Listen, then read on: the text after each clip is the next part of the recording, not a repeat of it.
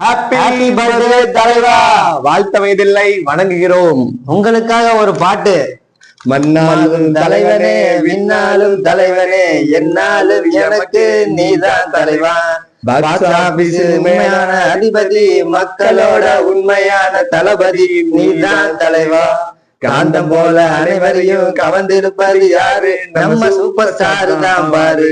6 to 60 வரைக்கும் பிடிச்ச hero யாரு? நம்ம தலைவர் சூப்பர் ஸ்டார் பாரு. 6 to 60 வரைக்கும் பிடிச்ச ஹீரோ யாரு? நம்ம தலைவர் சூப்பர் ஸ்டார். சரி, எப்படியோ நம்ம தலைவருக்காகவே ப்ரிப்பேர் பண்ண ஒரு தலைவருக்காகவே கண்ணாடியும் போட்டு வந்திருக்கான் தலைவர். ஏன்னா வந்து குறி வச்சா யாரா விழுந்துருச்சு. சரிங்க, இன்னைக்கு நம்ம எல்லாம் வந்து பாயிண்ட்குள்ள போலாம். அதாவது இந்த நாள் வந்து ஒரு மிகச்சிறப்பான நாள்.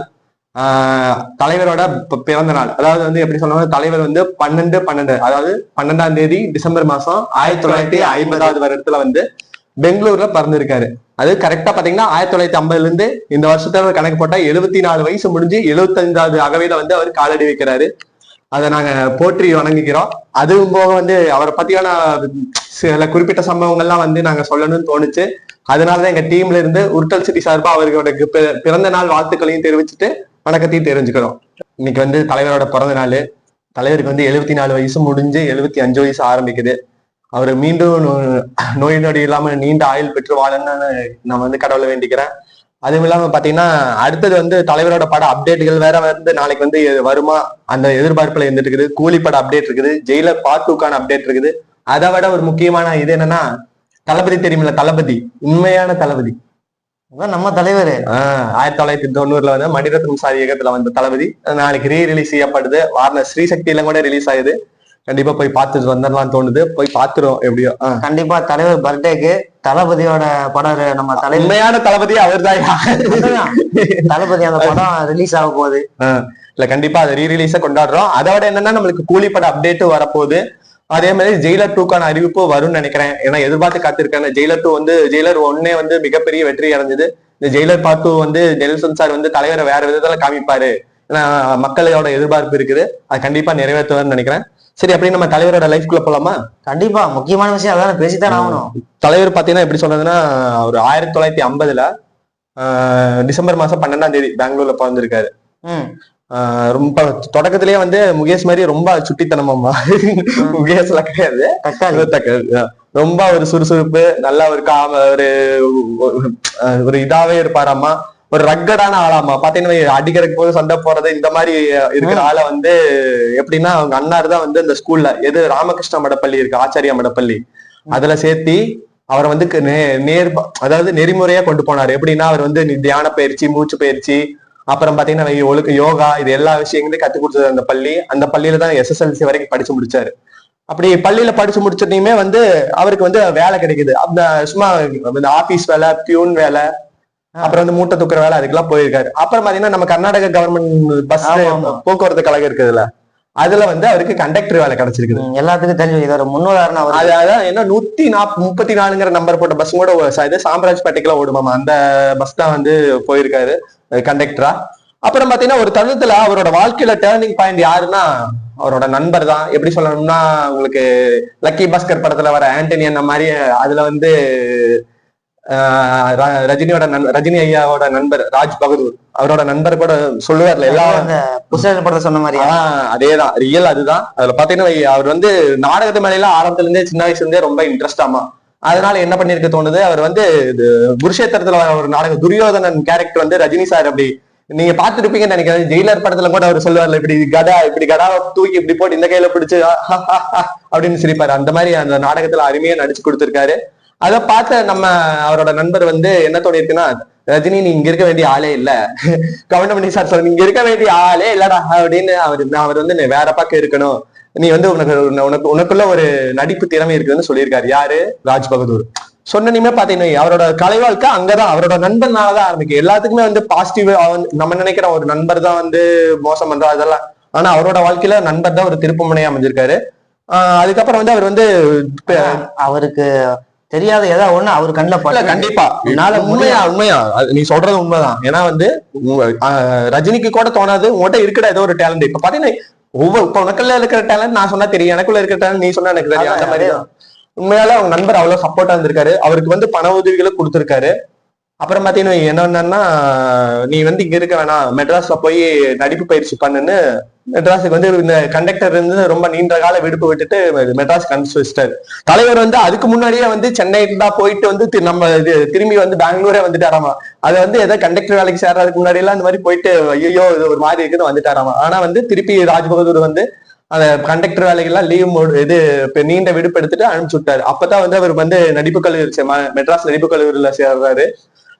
சேர்ந்து சினிமா பயணம் தான். முதல் படத்துக்கு போயிடலாமா? முதல் படம் இல்ல இதை சொல்லிடுறேன், டக்கு டக்குன்னு அப்புறம் போயிடலாம். அதாவது நடிப்பு கல்லூரியில சேர்ந்தனையுமே வந்து இப்ப 2 வருஷம் முடியுது. எல்லாம் இந்த ஆக்டிங் டெஸ்ட் எல்லாம் வைப்பாங்கல்ல, ஆக்டிங் டெஸ்ட், அப்புறம் வந்து பாத்தீங்கன்னா இந்த வாய்ஸ் ப்ரொனன்சியேஷன் இதெல்லாம் டெஸ்ட் எல்லாம் வச்சு பார்த்துட்டு 2 வருஷம் முடியுது. முடியறப்பதான் அவருக்கு ஒரு டேர்னிங் பாயிண்ட் வருது. அங்க யார் வரா தெரியுமா? ஏ பாலச்சந்தர் சாரு.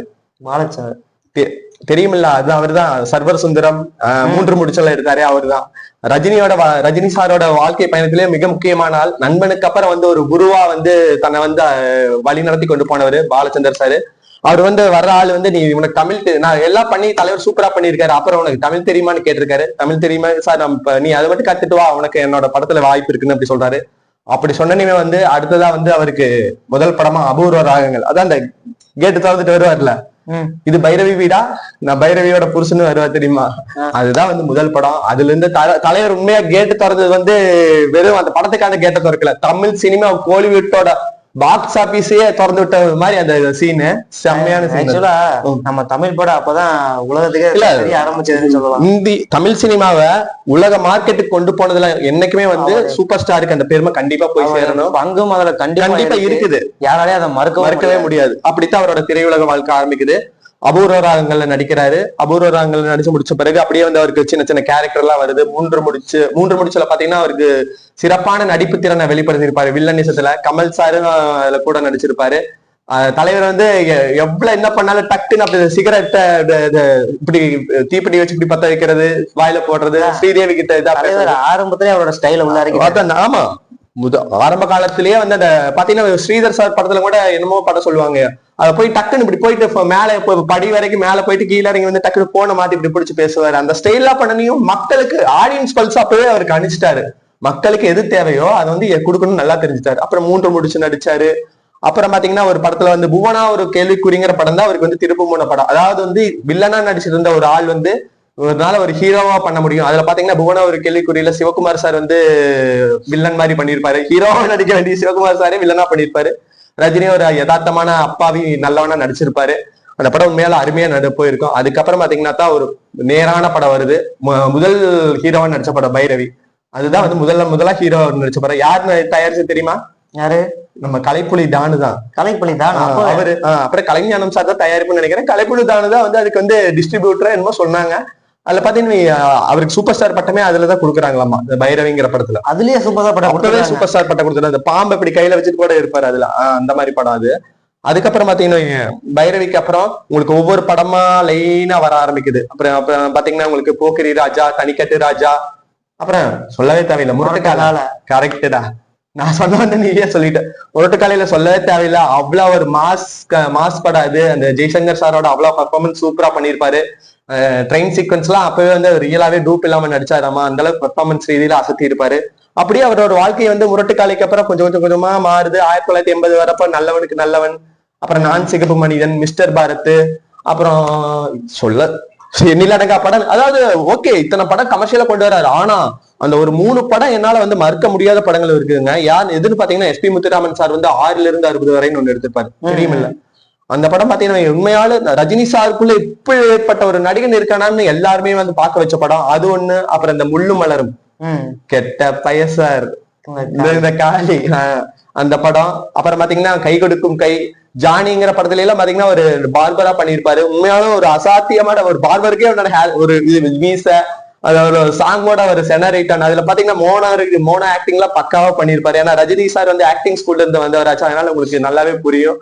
அந்த படத்தையெல்லாம் எடுத்து இப்ப ரீவிசிட் பண்ணி பாத்தீங்கன்னா ரஜினி சாருக்குள்ள எவ்வளவு ஒரு அழகான நடிகன் இருக்காரான்னு நீங்க பாப்பீங்க. ரஜினி சார் வந்து யாரு தப்பா அப்படி சாதாரண நடிகன் கிடையாது, மாஸ் ஸ்டைல் மட்டும்தான் அப்படின்னு யாரும் நினைச்சிடாதீங்க. அப்புறம் பாத்தீங்கன்னா வேலைக்காரன், படிக்காதவன், அந்த அப்படியே கொஞ்சம் கொஞ்சமா நகருதுங்க. அப்புறம் வருதுங்க 1990 கிட்ட வரப்ப கரெக்டா தளபதி. தளபதிடா வந்து அவரோட பட வாழ்க்கையிலேயே வந்து ஒரு பீக்கான இது. ஏன்னா வந்து தளபதிக்கு அப்புறம் தான் வந்து அவரோட பயணமே மாற மறக்க முடியாத டைலாக். எடுத்துக்கோ எவ்வளவு எடுத்துக்கோ இன்ன வரைக்கும் சூரியனா யாரும் தெரியுமா, தேவனா யாரும் தெரியுமா, அந்த மாதிரி ஒரு அருமையான படம். ஏன்னா வந்து ஒரு எமோஷனலா எவ்வளவு அழகா கன்வே பண்ண முடியுமோ அவ்வளவு அழகா ஸ்கிரீன் பிரசன்ஸ் பண்ணி, ஆக்ஷன்ல இருந்தாலும் சரி, மிரட்டுறதா இருந்தாலும் சரி, அழுகையில இருந்தாலும் சரி, ஒரு காமெடி பண்றதா, அந்த படத்துல காமெடி மேக்சிமம் இருக்காது, ஒரு லவ் சீன்ஸா இருந்தாலும் சரி, அவ்வளவு அழகா தளபதி தான் வந்து எல்லா ஒரு ரஜினி சாரை வச்சு படம் எடுக்கிறவங்களுக்கு எல்லாத்துக்குமே வந்து தோணுது என்னன்னா தளபதி வந்து ரெஃபரன்ஸா வச்சுப்பாங்க. ஏன்னா நம்ம லோகேஷ் கனகராஜ் சார் கூட சொல்லுவாரு, எனக்கு தளபதி மாதிரி படம் தான் வந்து ரஜினி சாரை வச்சு எடுக்கணும்னு சொல்லுவாரு. தளபதிக்கு அப்புறம் சொல்லவே தேவையில்லை, மாசோட மாசா வந்து அடுத்தது பாண்டியன் வருது, அதுக்கப்புறம் அண்ணாமலைக்கு அப்புறம் அவர் தொடவே முடியலைங்க. பாட்ஷா, முத்து, அதுக்கப்புறம் வந்த படங்கள் தான் அவர் பாக்ஸ் ஆபீஸோட உச்சத்துக்கே போயிட்டார். 2000 வந்து தமிழ் இந்தியாவே அறிய வச்சார். அதுவும் இல்லாம அவர் தெலுங்குலயும் நடிச்சிருக்காருப்பா. தெலுங்குல வந்து நம்ம நாட்டாம பெத்தர் ஆயிடு இருக்குதுல்ல, அங்க அவரு தான் பண்ணிருக்காரு. விஜயகுமாரோட சூப்பரா பண்ணிருக்காரு. பெங்காலி வரைக்கும் போயிட்டாருப்பா. பெங்கால் பண்ணிருக்காரு, கன்னட, இது இங்கிலீஷ் படம் கூட பண்ணிருக்காராம ஒரு படம். அது மாதிரி தலைவர் வந்து இங்கிலீஷ்லயும் வந்து வேற இது இங்கிலீஷ் படத்தை நடிச்சும் நம்ம தமிழ்நாட்டுக்கு பெருமை சேர்த்திருக்காரு. இப்படி எல்லாம் வந்து படத்தை கொண்டு போயிருக்காரு. 2000க்கு அப்புறம் ஒரு பாதைகளை வந்து எத்தனையோ ஏற்ற இறக்கங்கள். இந்த ரஜினிங்கிறவன் நீ எப்படா நிப்பான் நின்றுவான் அப்படின்னு காத்துட்டு இருந்த பல பேர்த்துக்கும் ரஜினி சும்மா நிக்கிற யானை இல்ல, சக்குன்னு எந்திரிக்கிற குதிரை. அவரே சொல்லுவாரு சந்திரமுகி பேட்டியில, சக்குன்னு எந்திரிக்கிற குதிரைடா நானு. அந்த மாதிரி என்றுமே உழைப்புன்னே வந்து மற்ற எந்த தொழில இருக்கிறவங்களுக்கும் ரஜினி மாதிரி ஒரு ஆளா இருந்தா உழைப்பை வெளிப்படுத்தணும்னா, தனக்குள்ள இருக்கிற திறமையை வெளிப்படுத்தினா தானா முன்னேறி வரலாங்கிற அவர் மிகச்சிறந்த எடுத்துக்காட்டு. ஏன்னா நீங்க குசேலன்ல பாட்டு கூட தெரியும், அந்த பாட்டு கூட ரெஃபரன்ஸா வச்சுக்கோங்க. அப்புறம் பாத்தீங்கன்னா 2000க்கு அப்புறம் அவரோட வாழ்க்கை பயணங்களை வந்து தொடர்ந்து ஒரே வருஷத்துல 20 படங்கள்ல நடிச்சிட்டு இருந்தால் வந்து 2000க்கு அப்புறம் பாத்தீங்கன்னா ஒரு படைப்பாக்கு அப்புறம் 2 வருஷம் கேப் விட்டு 3 வருஷம் நினைக்கிறேங்க பாபா நடிச்சாரு. பாபா எதிர்பார்த்த அளவுக்கு வெற்றியை பெறல. ஏன்னா வந்து அவர் அரசியலுக்கு வர்றது சுவாமி விஷயம் அதுன்னு சொன்னனால அந்த மக்கள் வந்து அவர் ஆன்மீகத்துல இருந்தனால ஏத்துக்கல. ஏன்னா இதுக்கு முன்னாடி ராகவேந்திரர் படத்துலயே வந்து அவ்வளவு ஒரு அற்புதமான நடிப்பா அவரு, அப்படியே ராகவேந்திரரை பார்த்த மாதிரியே இருக்கு. ரஜினி சாரை பார்த்தோம்னா அப்படி அழகா நடிச்சிருப்பாரு. இருந்தாலும் அதே மாதிரி ஆன்மீக படங்களை ஏத்துக்கல. ஆனா உண்மையால அந்த படங்கள் இப்ப பார்த்தா கூட எங்களுக்கு எல்லாம் அவ்வளவு அற்புதமா தெரியுது. அப்புறம் பாத்தீங்கன்னா பாபால விட்ட இடத்துல வந்து ரஜினி சார் வந்து ஆக்சுவலா அதுக்கப்புறம் ரஜினிக்கு வயசாயிடுச்சோ அப்படின்னு எல்லாம் ஒரு பக்கம் யோசிக்க ஆரம்பிச்சுட்டாங்க. அதெல்லாம் வயசாகுது. படங்கள் எல்லாம் பாத்தீங்கன்னா இந்த எந்திரன் கண்டிப்பா எந்திரன் வந்து இந்திய சினிமாவோட உச்சம். அதாவது வந்து மத்த இங்கிலீஷ் படத்துல கூட இந்த படத்தோட ரெஃபரன்ஸ் எல்லாம் எடுத்துட்டாங்க. பாத்தீங்கன்னா கிளைமேக்ஸ் காட்சிகளை வந்து இங்கிலீஷ் படம் ஏதோ ஒரு படத்துல கூட சொல்லுவாங்க, ஒரு இங்கிலீஷ் டைரக்டர் இந்த சீன் எல்லாம் நாங்க ரெஃபரன்ஸா எடுத்துட்டோம். அந்த அளவுக்கு பிரம்மாண்டமா சங்கர் சார் பண்ணிருப்பாரு. அதை விட தலைவர் வந்து சூப்பரா ஆக்ட் பண்ணிருப்பாரு. அந்த இதான் வந்து 10 நிமிஷம் கேமரா வேலை செய்யல, கரண்ட் கட்டு, ஜெனரேட்டர்ல தண்ணி அப்படின்னு சிரிக்கிறப்பெல்லாம் வேற லெவல்ல இருக்கும். அப்புறம் பாத்தீங்கன்னா அந்த முன்னாடி கேமரால வந்துட்டு இது வந்து மாறி நிப்பாரு பாருங்க, அது எப்படி சொல்றது, நீ நடந்து வந்துட்டு ரோபோட் இப்படின்னு அட்டென்ஷன் பண்ணிட்டு அது சொல்லுவாரு. அப்புறம் இன்னொரு சீன் இருக்கும்டா, சோல்ஜர்ஸ் அசம்பிள், நம்ம கூட்டத்துல ஒரு கருப்பு ஆடு நுழைஞ்சு நம்மளுக்கு தெரியாம நமக்குள்ள ஒரு கருப்பு ஆடு நுழைஞ்சிருக்கு, அதை கண்டுபிடிச்சு லீக் எடுக்கணும், ரொட்டேட்டிவ் ஹெட்ஸ் அப்படின்னு சொல்லுவாரு. அப்பெல்லாம் 2010 நாங்க ஒரு 10வது படிச்சுட்டு இருந்தாங்க. அப்பா என்னடா இது இப்படி நடிக்கிறான் மனுஷன். சங்கர் சார் பிரம்மாண்டமும் சரி, அந்த ரொட்டேட்டிவ் ஹெட்ஸ்ன்னு சொல்றப்ப எங்களுக்கு எல்லாம் புல்லரிக்கிறது உண்மையான ரஜினியை போட்டு வரோம் அந்த மாதிரிலாம் கூட இருந்துச்சு. அவ்வளவு ஒரு அற்புதமான நடிப்பை கொண்டு வந்திருப்பாரு அந்த படத்துல. அப்புறம் பாத்தீங்கன்னா முதல் ஹிட்னா 100 கோடினா 2000 சிவாஜி தான். ஏன்னா மாசோட மாஸ் அதுதான் எனக்கு ரொம்ப பிடிச்ச படம். சங்கர் சார் சந்திரமுகிக்கு அப்புறம் 2002 பாபா தோல்வி வருது. 2004 மறுபடியும் தலைவர் சக்குன்னு எந்திரிச்சு சந்திரமுகியில வெற்றி பெற்றுறாரு. சந்திரமுகி சொல்லவே தேவையில்லை, 800க்கு மேற்பட்ட நாட்கள் ஓடிச்சு. அதுக்கப்புறம் பாத்தீங்கன்னா சிவாஜியில வந்து உண்மையான ஒரு மாசான ஒரு கமர்ஷியல் படம்னா இப்படித்தான் இருக்கணும்னு சிவாஜி நான் தான், எம்ஜிஆர் நான் தான், அது மாதிரி மொத்தமா அவருமா நடிப்புலயும் சரி எல்லாத்திலையும் சரி கலக்கி எடுத்திருப்பாரு. அப்புறம் எந்திரன் முடிஞ்சதுமே பாத்தீங்கன்னா ஒரு நீண்ட இடைவெளி. அப்படியே பாத்தீங்கன்னா 2014 லிங்கா எதிர்பார்த்த வெற்றியை கொடுக்கல. அதே மாதிரி கோச்சரையான் வந்து மோஷன் கேப்சூர்ல எடுத்தாங்க, அது அவங்க பொண்ணுதான் எடுத்தாங்க, சௌந்தர்யா ரஜினிகாந்த். அது வந்து எனக்கு என்ன வருதுன்னா, கோச்சரையான் அப்பேற்பட்ட படம் வந்து மோஷன் கேப்சூர்ல எடுக்கிறப்ப எல்லாம் ரியலா எடுத்திருந்தாங்கன்னா அது மாபெரும் வெற்றி அடைஞ்சிருக்குன்னு நினைக்கிறேன். அதுக்கப்புறம் அப்படியே போக தலைவர் வராரு மீண்டும் கபாலியா அடிச்சாங்கப்பா. பிளைட்டுக்கெல்லாம் வந்து போஸ்டர் அடிச்ச இந்திய சினிமாலேயே வந்து தலைவர் படத்துக்கு தான் பிளைட்ல வந்து ஆடு கொடுத்து எல்லாம் பண்ணாங்க. அந்த மாதிரி பண்ணது இல்ல. விமானத்துல வந்து கபாலி படத்துக்கு வந்து ப்ரமோஷன் பண்ணாங்க, அவ்வளவு அருமையா பண்ணியிருந்தாங்க. ஆனா இங்க சும்மா தமிழ் படங்கள்ல வர மாதிரி இங்க மறு வச்சுக்கிட்டு மீசம் முறுக்கிக்கிட்டு லுங்கி கட்டிக்கிட்டு நம்பியாரு கபாலி அப்படி சொன்ன உடனே குனிஞ்சு வந்து சொல்லுங்க எஜமா அப்படி வந்து நிப்பானே அந்த மாதிரி கபாலி நினைச்சேங்கடா, கபாலி அப்படின்னு சொன்னாரு. கோழிக்கறி அப்படின்னவோ அப்பெல்லாம் நாங்க கரெக்டா காலேஜ் படிக்கிறப்ப சர்வம் தியேட்டர் நம்ம லோகேஷ் கனகராஜ் சாரோட ஊர்ல இருக்கிற கருத்து கடவுல இருக்கிற அந்த தியேட்டர்ல தான் அந்த படத்தை பார்த்தேன். ஈவினிங் கூட அவ்வளவு ஷோ, அத்தனை பேர் அடுத்த ஷோ கூட வெயிட் பண்ணிட்டு இருந்தாங்க. அந்த மாதிரி ஒரு படம். ஆனா வந்து எனக்கு வந்து அந்த படம் திருப்தியை கொடுத்துச்சு. ஆனா பெரிதளவு வந்து இது அவர் வந்து எமோஷனலா நடிச்சனால டக்குனு யாரும் ரசிகர்கள் ஏத்துக்கலாம். அப்புறம் காலா ஒரு நாள் வெற்றி பெறுது. கருப்பு அது வந்து நிற அரசியல் பேசியிருப்பாங்க, அது வேணாம் நமக்கு. 2018 பாத்தீங்கன்னா அப்புறம் 2.0 அது வந்து உண்மையா சங்கர் சார் எடுத்தது பிரம்மாண்டா, சீன்ல சரி எல்லாத்துலயும் வேற பக்காவா பண்ணிருப்பாரு. என்ன மிஸ்ன்னு பாத்தீங்கன்னா திரைக்கதையில கொஞ்சம் மிஸ் ஆனனால அந்த படத்தை வந்து ஒரு 1000 கோடி இதுல கொண்டு வர முடியாம ஒரு 800 கோடியிலே நின்றுச்சு. அதுக்கப்புறம் அப்படியே ரஜினி சார் வாழ்க்கை அப்படியே போகுது. 2018 2019 கரெக்டா வருதுங்க. பேட்டை வந்து இறக்குறாரு புது டைரக்டரா. அவரோட ஃபேன் பாய் தான் வந்து பண்றாரு கார்த்திக் சுப்புராஜ். பேட்டை உண்மையால எதிர்பார்த்த வெற்றி நல்லாவே பெற்றுச்சு. அதுக்கப்புறம் பாத்தீங்கன்னா தர்பார் அப்படியே போகுதுங்க. தர்பாருக்கு அப்புறம் பாத்தீங்கன்னா என்ன படம், அண்ணாத்த மிக தோல்வி அடைஞ்சாலும் பாக்கலாங்க, அந்த மாதிரிதான் இருக்கும். அதுக்கப்புறம் வராருங்க தலைவர் யோசிச்சு ஒருத்தருக்கு வாழ்க்கை கொடுக்குற மாதிரி படத்துல தோத்த நெல்சனா மறுபடியும் மீண்டு கொண்டு வராருங்க. ஜெயிலருங்க ஒரு படம், ஜெயிலர் சரியான படம். ஏன்னா வந்து தமிழ் சினிமா மறக்க முடியாத மாசு. பழைய ரஜினியை கண்ணு முன்னாடி காமிச்ச மாதிரி அவர் இந்த வயசுக்கு ஏற்ற கேரக்டர் பக்காவா பண்ணி கொடுத்திருப்பாரு.